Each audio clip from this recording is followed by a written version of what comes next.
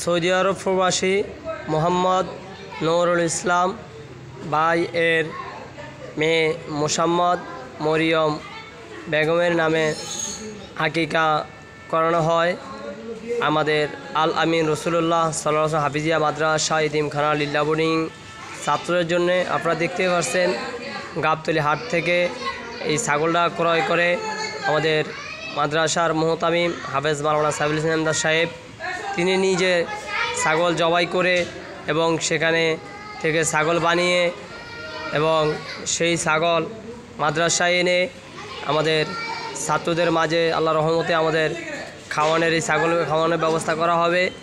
আপনারা জানেন আমাদের এখানে একবার এতিম এবং অসহায় গরিব বাচ্চারা পড়াশোনা করে, আমরা এদের খানা থাকা জামাকাপড় সহকার আল্লাহর ফজলে মানুষের পক্ষ থেকে দিয়ে থাকি।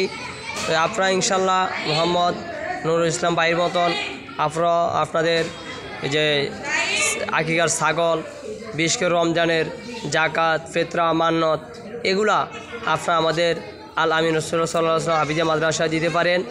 আমাদের ঠিকানা হলো 110 শাহজাহান রোড, শাহজাহান মার্কেট, পঞ্চমতলা, হাজারীবাগ, বেরিবাগ, ঢাকা।